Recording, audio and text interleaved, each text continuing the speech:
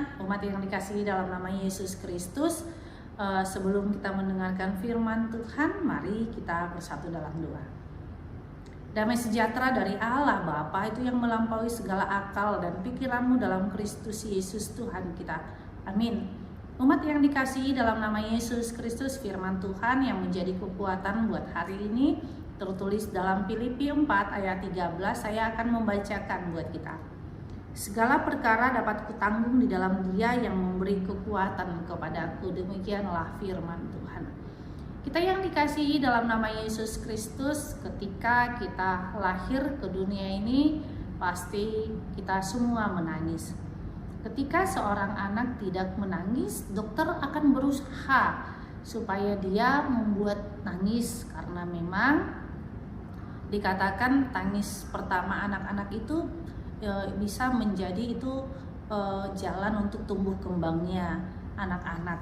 Nah, tentu ketika kita mendengarkan tangisan, ada suka, ada duka, ada keharuan.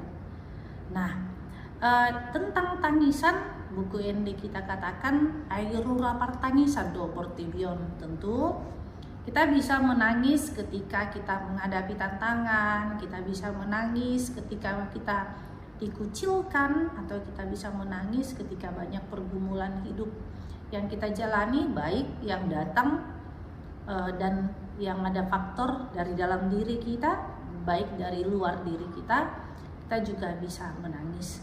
Oleh karena itu, bagaimana kehidupan Paulus dalam pelayanannya? Tentu dia pernah masuk keluar penjara, dia pernah digusur, dia pernah juga tidak diberikan makan. Artinya segala sesuatunya Paulus katakan dalam kitab 1 Korintus bahwa dia pernah terjepit tetapi dia tidak mati. Artinya dia menghadapi begitu banyak tantangan pergumulan.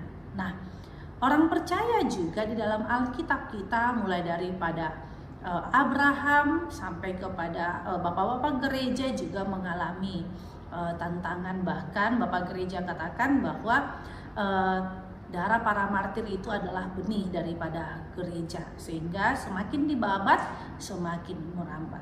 Nah, itu yang dikatakan oleh Paulus untuk menguatkan hati orang percaya. Artinya perkara pasti ada, masalah pasti ada, pergumulan pasti ada.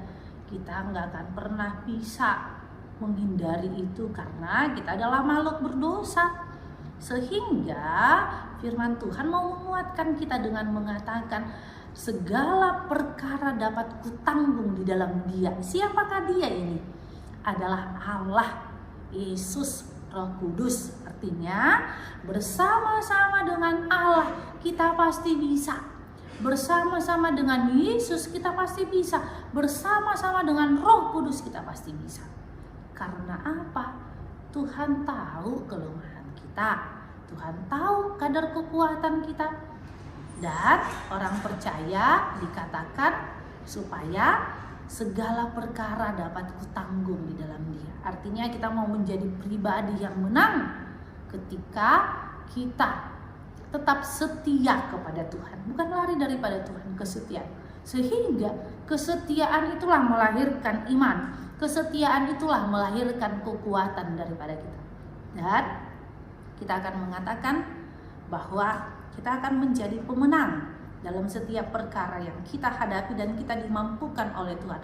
Ketika kita sudah menang, ketika kita sudah dimampukan oleh Tuhan, mari ucapkan selamat datang perkara yang kedua. Nah, selanjutnya seperti itu. Tapi ingatlah, apa yang kita alami itu akan menjadi khotbah yang hidup buat orang lain. Karena apa? Karena Tuhan Yesus katakan bahwa segala sesuatunya itu untuk mendatangkan kebaikan buat kita, karena memang itu perlu supaya suatu hari nanti kita bisa menjadi saksi Kristus dalam setiap perkara yang kita hadapi. Oleh karena itu, mari kita menjadi kuat dalam setiap perkara. Karena apa? Karena di dalam prosesnya Allah akan memenangkan kita. Amin. Kita bersatu dalam doa. Tuhan Yesus, kami adalah makhluk yang lemah.